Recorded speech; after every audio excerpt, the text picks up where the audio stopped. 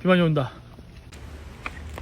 네, 여러분, 드디어 이곳 효창공원에 도착을 했습니다. 이곳에는 효창공원의 그 주역들이 바로 이곳에 모셔져 있습니다. 그래서 우리는 너무나 잘 알고 있는 김구 선생을 포함해서, 그리고 우리가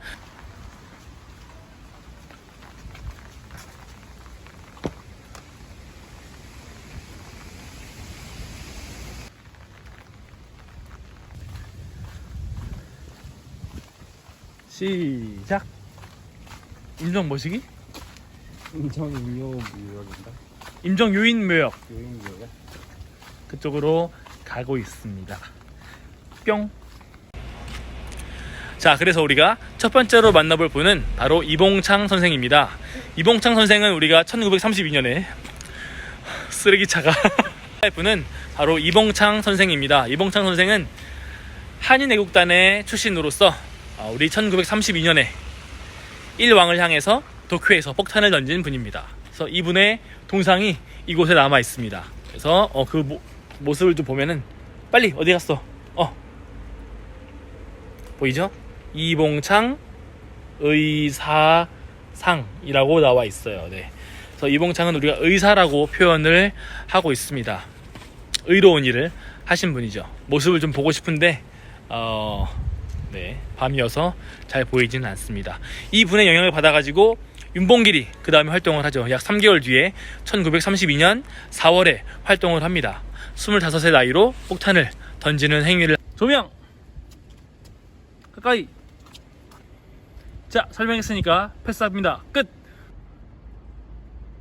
자, 이봉창 의사인지 열사인지 큐! 안 보입니다. 사진 자료 끝! 여기 제 촬영 보조 스텝이 나와 있습니다. 그렇고, 아까 봤던 이 영상 두 개 한꺼번에 나오게 하려면 어떻게 해야 되지? 잠시 다시.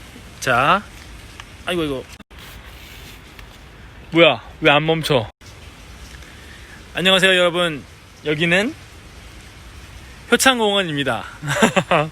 여러분들의 동아리 활동을 위해서 이렇게 야밤에 오게 되었어요. 우리 촬영 보조 스텝 여기 너무 잘생겼죠? 네, 많이 도와주고 있습니다. 그리고 오늘 아까 여러분 앞에서 봤겠지만 이봉창 선생의 동상을 봤습니다. 이제는 표지판을 켜서 편집을 잘하겠네. 이렇게 여러 역사 유적이 이곳 효창공원에 있습니다. 첫 번째, 임정요인의 묘라고 해서 임시정부를 이끌었던 요인들의 묘가 있고요. 두 번째는 조금 뜬금없지만 원효대사의 동상도 남아 있습니다. 원효대사라고 하면은 신라가 삼국을 통일한 이후에 사회의 안정을 위해서 여러 노력을 했던 그 스님이죠. 네, 그렇고 어린이 놀이터, 여러분들 어린이라고 하면 싫어하겠지? 자, 여러분들보다 4살 어린 친구들의 놀이터가 있고, 그 다음 백범 김구 선생의 묘가 있습니다. 여기에 주인공이라고 할 수 있죠. 또 그 바로 옆에는 의열사라고 있는데, 우리 아마 의열단이라고 공부를 했을 겁니다. 1919년에 김원봉에 의해서 조직이 되고 단재 신채호 선생이 그 혁명선언을 작성을 했는데, 거기서 말하는 의열단이 아니라 여기서 말하는 의열단은 정말 그 의사와 열사들의 혼과 뜻을 기리는 그런 사당을 의미를 합니다. 그래서 의열사도 이곳에 만들어져 있고, 그 다음 반공기념탑이라고 하는데, 이거는 우리가 일제강점기 때는 별로 들어보지 못했던 단어예요. 이거는 우리가 현대사를 공부할 때 반공이라는 말이 많이 나오는데, 그때 그 시절을 기리면서 만들어진 탑인 것 같아요. 근데 아마 이 효창공원이랑은 그렇게 어울리진 않는 것 같습니다. 다시 제 얼굴이 나왔는데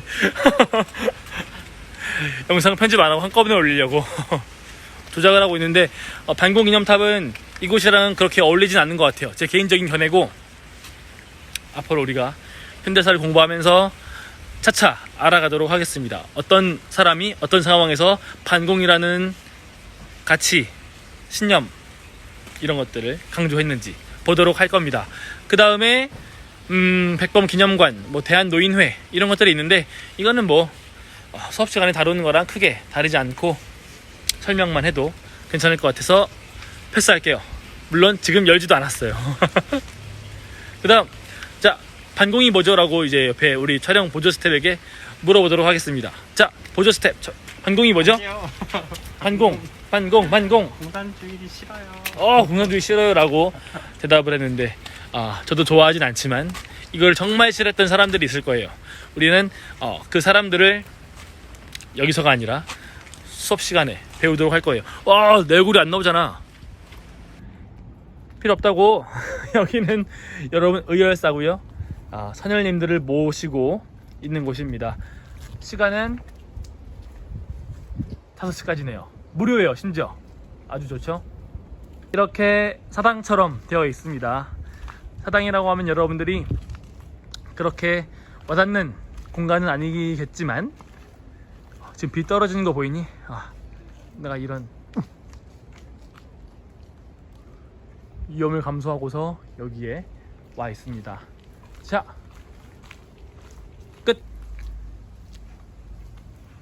굉장히 공원처럼, 말 그대로 효창공원처럼 아름답게 꾸며져 있습니다. 이렇게 숲속을 걸을 수도 있고 산책을 할 수도 있고 그렇게 조성이 되어 있습니다. 여러분들 나이가 많이 먹으면 이쪽에 와서 저기서 스텝처럼 걷는 것도 나쁘지 않을 것 같아요. 그럼 이만. 자, 여러분, 이곳이 백범 김구 선생의 묘입니다. 그리고 순국 소녀들의 유해가 안장이 되어 있는 곳입니다. 이곳을 입장할 때는 여기 써 있는 대로 경건한 마음으로 조용히 입장을 해야 합니다. 그렇지 않으면은 여기 지키시는 분들에 의해서 혼이 납니다. 그러니까 꼭 여러분들이 여러분끼리 올 때에도 예의를 지켜주었으면 좋겠어요. 그렇고요. 모든 역사 유적지를 가면은 그 유적지에 관련되어 있는 설명이 나와 있는데, 지금 여기에도 백범 김구 선생에 대한 설명이 나와 있습니다. 앞에 큰 문단마다의 맨 앞줄만 보더라도 우리가 언제 어떻게 활동을 했는지 알 수 있어요. 두 번째 문단을 보면은 1876년, 우리가 좀 익숙한 숫자인데 이 해는 바로 강화도 조약이 체결이 되었던 해죠. 이때 태어나서 여러 활동들을 했습니다. 즉 개화기 시대의 인물이고 조선시대 사람이에요, 따지고 보면은. 근데 해방 이후까지 살아서 우리의 대한민국의 독립을 위해서 활동을 하셨던 분이죠. 그리고 두 번째 줄에 보면은 동학에 참가하였다라고 되어 있는데, 여기서 말하는 동학은 동학 농민운동을 말합니다. 이때 참여해서 2m의 거구의 몸으로 많은 정부의 군사들과 일본 군사들을 무찔렀다고 합니다. 그리고 을사조약의 체결로 인해서 우리 국권이 외교권이 빼앗기고 이것에 저항하기 위해서 또 활동을 하셨고, 그 다음에 1919년에 우리가 알고 있듯이 대한민국 임시정부의 초기 멤버로서 활동을 했습니다. 그러다가 25년, 26년 무렵부터는 홀로 임정을 이끌어 가다가 1940년부터는 주석으로 활동을 했습니다. 그리고 해방 이후에 다시 남한으로 넘어와서 우리의 자주 독립을 위해서 노력을 하셨죠. 그 내용이 쭉 나와 있습니다. 네, 물론 김구 선생에 대한 평가는 굉장히 다양하게 있지만 그래도 우리의 독립을 위해서 열심히 헌신하셨던 분인 것은 틀림이 없습니다. 그렇게 설명이 되어 있네요. 자, 이렇게 해서 확인을 했고, 이제는 저 묘 쪽으로, 묘지로 이동해 보도록 할게요. 뿅! 보겠다고는 했지만 여기 너무 늦게 오면은 입장할 수가 없어요. 그래서 이렇게 먼 발치에서 바라볼 수밖에 없습니다. 쭉쭉쭉쭉 끌게요. 네. 낮에 와서 보면 좋았을 텐데. 자, 여러분, 장마 때문에 밤 늦게 오게 되었는데 안쪽까지 들어가 볼 수는 없습니다. 네, 그런데 지금 참고 영상이 나가고 있을 거라고 생각이 되면서 이상 너무 빨리 마치는데 답사를 마치도록 할게요. 여러분, 다음엔 꼭 같이 올 수 있기를 희망하면서 안녕. 스텝 안녕. 나무가 울창한 숲을 걸어오면은, 오르막길을 올라오면은, 자, 이렇게 무서운 뭔가가 보이죠? 올라오면은 이렇게 반공 머시기 위령탑이 보여요. 글씨가 안 보여서 이렇게밖에 보이지 않습니다. 다시 한번 크게 큰 목소리로 시작! 북한 방공투사 위령탑 이라고 나와 있습니다. 이게 여기에 왜 있는지는 알 수 없어요. 뭔가 표지판이 있거나 설명이 있으면 좋을 텐데 따로 나와 있진 않습니다. 이것도 문제고, 아마 효창공원이라는 큰 타이틀 아래에 이렇게 이게 있는 것도 문제인 것 같아요. 제가 바꾸겠습니다. 알겠죠? 일단은 여기서 끊겠습니다. 끝! 찌개 잘 구비되어 있어요. 네. 신기 효5 우리 여기 주소도 나와 있죠. 어허 있어?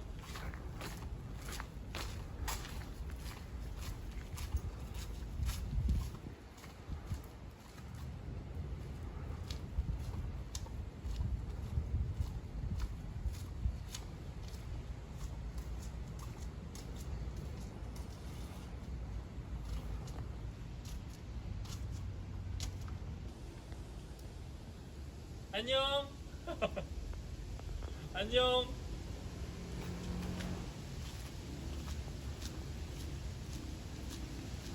네, 여러분들이 영상을 확인했을 겁니다. 영상을 보면은 제가 까맣게 나오죠? 네, 밤에 갔던 거여서 낮엔 더우니까 조금 까맣게 나오는데, 그거 말고 제가 무언가 계속 의문을 가지는 것을 여러분들이 확인할 수 있을 겁니다.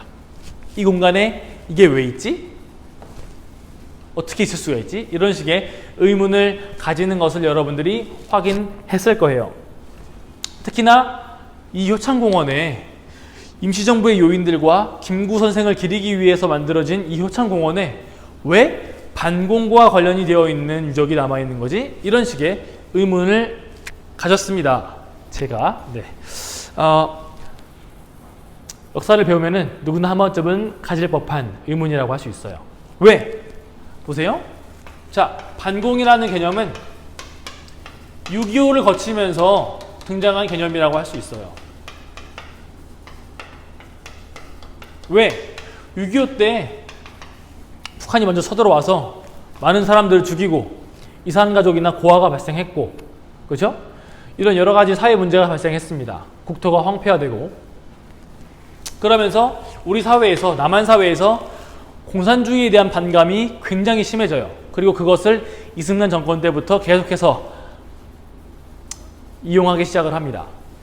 반공이라는 가치가 1950년대 등장한 개념이라고 할 수 있어요. 반공이라는 개념이 등장하게 됩니다. 근데 우리 임시정부의 요인들과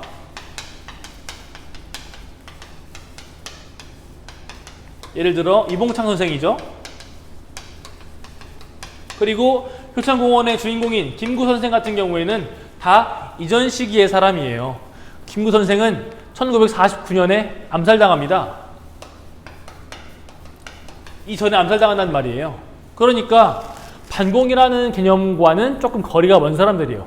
반공을 한 번도 주장하거나 말한 적이 없던 사람들인데 왜 이 반공을 기념하는 위령탑이 김구를 기념하는 곳에 있을까?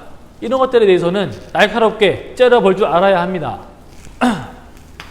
보면은 김구가 암살당하고 장례식을 치를 때 굉장히 많은 국민들이 슬퍼하고 힘들어했습니다. 근데 이 모습을 본 우리 대통령인 이승만이 뭔가 질투를 느낀 거예요. 때로는 위기일 수도 있겠죠. 왜냐하면 김구와 이승만은 완전히 대척점에 있던 사람이거든요. 똑같은 우익 진영의 사람이라고는 해도 김구는 남한만의 단독 정보를 수립하는 것에 절대 반대했어요. 우리는 무조건 한반도 통일 정부를 만들어야 한다. 근데 이승만은 반대였습니다. 남한만의 정부를 만들어서 우리끼리 살자, 이런 식의 생각을 갖고 있던 인물이었거든요. 근데 김구에 대한 인지도는 높았고 이승만에 대한 지지도는 점점 떨어지고 있는 추세였어요. 그런 상황들을 못마땅해 해서 김구를 기념하는 곳에다가 반공과 관련이 되어 있는 위령탑을 세워둔 것입니다. 다분히 정치적인 의도가 반영이 되어 있다라고 할 수 있어요. 그래서 앞으로 우리가 다른 역사 유적지를 보거나 그렇게 할 때에도 과연 이곳에 왜 이게 있는지에 대해서 늘 확인하도록 할 겁니다. 그리고 그것을 그렇게 남겨두는 것이 과연 옳은 것인가 다시금 생각해 볼 필요가 있어요. 남겨두더라도 뭔가 설명을 하거나 보조장치가 있으면 좋았을 텐데 제가 여기에 갔을 때에는 그 위령탑에 갔을 때에는 별다른 표지판이나 설명은 보지 못한 것 같아요. 있으면은 좋을 것 같다는 생각을 했는데 아마 밤에 가서 확인을 못했을 수도 있습니다. 근데 만일에 없다면은 그거는 문제가 있을 것 같아요. 이곳이 왜 이곳에 있는지에 대해서 철저하게 그리고 확실하게 제대로 설명을 해 놓아야 합니다. 안 그러면은 혼란을 가질 수도 있고 왜 여기 있지? 이러면서 또는 더 큰 문제는 이 사람들이 반공을 주장했나 보다 이렇게 생각을 할 수도 있어요. 더 큰 문제겠죠. 이게 역사 왜곡으로 이어질 수도 있습니다. 그러니까 지금 그렇게 한 공간에 뭉뚱그려 놓은 곳에 대해서 반성해 볼 필요가 있다는 것이겠죠.